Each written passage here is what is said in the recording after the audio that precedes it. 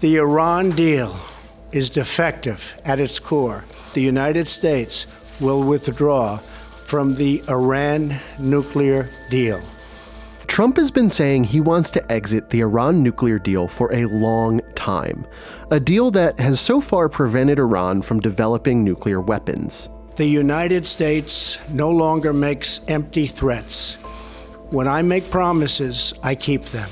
This is a massive reversal of U.S. foreign policy with far-reaching consequences.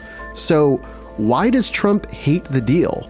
What exactly does he want, and how did we get here? This was something that President Obama, when he took office, said was his priority, and when it was signed in 2015, this was the high mark of his presidency. It's also, interestingly, something that the US had been involved in for decades. When the Shah was in power in Iran, the US had helped him develop a civilian nuclear program. There was concern decades later that the new government of Iran was going to try to take that program and develop a nuclear weapon. This deal, the deal that President Trump just pulled out of, was the world's attempt to prevent war and to get Iran to stop that pursuit of a weapon without forcing it to. So that's ultimately how we got to the Joint Comprehensive Plan of Action, the formal name for the Iran deal, signed not just by Iran and the United States, but also the UK, France, Germany, Russia, China, and the European Union. At its broadest, the deal imposed a set of restrictions on how Iran developed nuclear capabilities in exchange for the US reducing economic sanctions. Now, the way the JCPOA was structured, the president recertified it every 90 days, or those sanctions would kick back in. Trump had threatened this outcome for months, but is just now enacting it.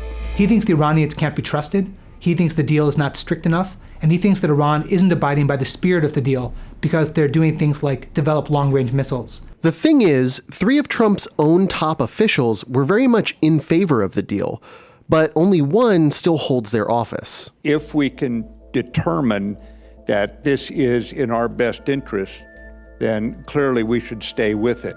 Americans agree with the Secretary of Defense.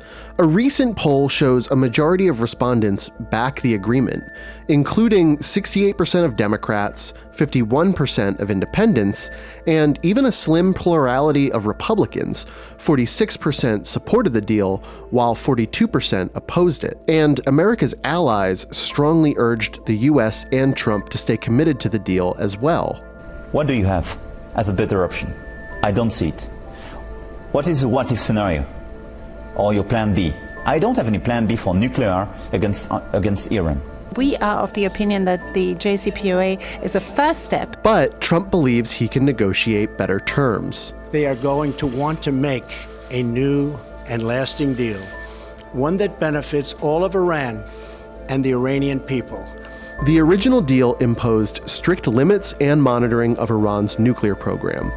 Iran was forced to get rid of the vast majority of the uranium it had already enriched, as well as get rid of most of the centrifuges that it used to enrich that uranium.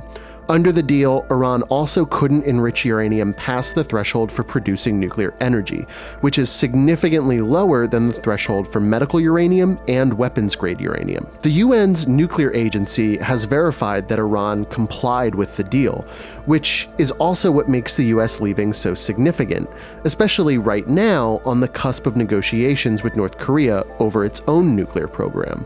In fact, at this very moment, Secretary Pompeo is on his way to North Korea in preparation for my upcoming meeting with Kim Jong-un. But here's the thing.